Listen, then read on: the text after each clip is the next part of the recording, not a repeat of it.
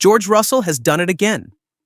In a season marked by uncertainty, internal negotiations, and a still smoldering identity conflict for Mercedes, the Briton delivers an answer in Singapore that was heard around the world. A pole position achieved through pure courage, millimeter-precise accuracy, and a pinch of defiance. This is the kind of headline Mercedes needed. If you want the truth behind the team lies, click subscribe. While most were already discussing Red Bull's resurrection or McLaren's dominance, Russell made his comeback, not with words but with lap times. 129.158, a number that sounds like a battle cry in the tight labyrinth of the Marina Bay Street circuit. No luck, no coincidences, but a lap that was technically perfect and mentally unshakable. Russell touched the wall at turn 17 as if he wanted to personally test the limits of physics, and passed. What makes this pole so significant goes beyond statistics. It's not just his first since Montreal, but a statement. While the competition rethinks their strategies and Max Verstappen complains in interviews about blocking cars, Mercedes shows that when everything comes together, they can still be dangerous. It was a moment of remembrance. The silver arrows are not finished. Max Verstappen seemed to be the only one who could have stopped Russell, but even the four-time world champion had to admit defeat. And not from lack of speed, but because of traffic. That's what happens when you have a car 2 seconds in front of you just driving around, Verstappen growled after qualifying. A clear dig at McLaren, particularly Lando Norris, who apparently blocked the Dutchman. But behind Russell's triumph is more than just a fast lap. It's the story of a driver who has been living between the lines for weeks. His contract with Mercedes is still hanging in the balance. Rumors about Max Verstappen as a possible future teammate for 2027 circle like vultures over the headlines. Yet Russell doesn't respond with politics, but with performance. He knows, in Formula One, lap times are the hardest argument you can have. Kimi Antonelli, the young Italian at his side, almost completed the front row, at least virtually, by squeezing between the McLarens. The rookie drives calmly, controlled, without feeling the pressure that an 18-year-old in a team with so much history should actually feel. The fact that he separated Oscar Piastri was symbolic. Mercedes separates McLaren, at least for this Saturday. McLaren itself seemed vulnerable in Singapore for the first time in months. Oscar Piastri, who usually drives like a machine, had to watch his dominant streak falter.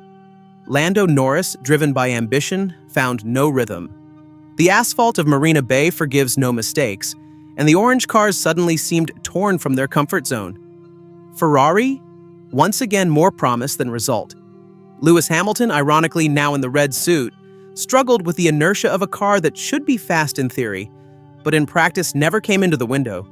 Beside him, Charles Leclerc, frustrated and too far from the top to still credibly dream of victories. And then there was Isaac Hadjar, the young Frenchman who drove one of the best qualifications of his career in the Racing Bulls. Only 0.06 seconds behind Leclerc, but with a feeling that is more important in Formula One than any 10th: momentum. Hadjar drives as if he wants to prove that he is more than a transitional driver. In a season where Tsunoda is faltering again and Lawson is fighting for his future, Hadjar could quietly be the name that turns the hierarchy at Red Bull upside down. The scene on Saturday evening was clear. Russell jubilant in the spotlight, Verstappen shaking his head in the darkness. It was no coincidence, no slip, but a turning point. Singapore has once again shown that in Formula One, no dynasty lasts forever. And George Russell? He reminded himself, and Mercedes, what victory feels like even if it's just a pole. Sunday in Singapore will not be an ordinary day for Mercedes.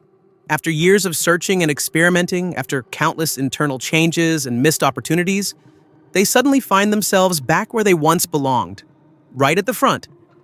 But pole positions are not trophies, they're only invitations to a fight. And this fight will be merciless. George Russell knows this better than anyone else. In recent months, he has had to fight not only against rivals on the track, but against doubts, rumors, and expectations. His team principal Toto Wolff speaks of trust, but the rumors about a possible window for Verstappen in 2027 resonate in every press conference. Russell has understood that every lap, every qualifying, every victory is an argument, not just for points, but for his future. Perfect Verstappen recently called his own season chance, but it was Russell who delivered perfection in Singapore. His laps were clinically precise, his body language calm, his answers dry. He knew. Words in the paddock are only sound. Data is the truth. And this truth says that Mercedes can strike back. But the question is, for how long? Because Red Bull may have seemed vulnerable in recent weeks, but they are never really weak. Verstappen stands like a predator at the start, ready to exploit every mistake. The RB21 may be sensitive, heat-susceptible, and moody, but in the Dutchman's hands, it regularly transforms into a weapon. If Russell and Mercedes hope to hold the victory, they must display a tactical perfection they haven't shown in years. And then there's McLaren, a team between pride and pressure. Andrea Stella knows his drivers are under enormous expectation pressure. After months of dominance, suddenly the ground beneath them has become fragile. Oscar Piastri experienced his first real failure in Baku, and Singapore is not the place to find yourself. The Australian seems tense, almost human in his vulnerability. Lando Norris, on the other hand, fights with a different demon. The knowledge that his consistency always separates him just short of the absolute top. For Mercedes, this is a rare opportunity, a psychological window that doesn't open often. They know that McLaren can make mistakes under pressure, and they know that Ferrari is currently only an extra. Beautiful to look at, but without a real weapon. Lewis Hamilton and Charles Leclerc, two drivers with the glory of past years, seem trapped in the mediocrity of a team that doesn't understand itself. Hamilton's radio message after qualifying, a resigned "we did what we could," was emblematic of Ferrari's condition. In a year when McLaren is writing history and Red Bull is fighting for redemption, Ferrari is only a shadow. But the real mystery of the weekend bears the name Kimi Antonelli. The young Italian, barely old enough to drink a beer, but old enough to tame a silver arrow. In Q3, he separated Piastri and Norris as if it were the most normal thing in the world. No big drama, no exaggerated emotion, just efficiency. Wolff sees the future in him, and the paddock is beginning to believe it. If Antonelli stays calm on Sunday, he could give Mercedes a strategic advantage that no one saw coming.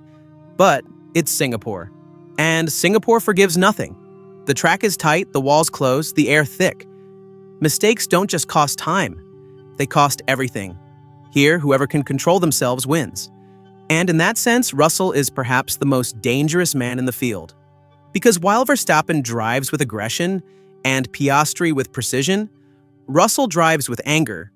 Not the destructive kind, but the quiet, controlled anger of a man who wants to prove himself. One who has heard enough about contracts, marketing appointments, and sponsor hours. One who wants to show that he is not just part of the next generation, but its benchmark.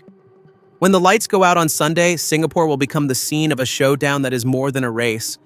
It's about power, about credibility, about control over the narrative of the season. McLaren wants to write history. Red Bull wants relevance back. And Mercedes, they want to be feared again. Perhaps the victory will ultimately be decided by strategy, perhaps by a mistake, perhaps by a safety car. But what is certain? This poll has set the tone. George Russell has challenged the establishment, and the rest of the field must now respond.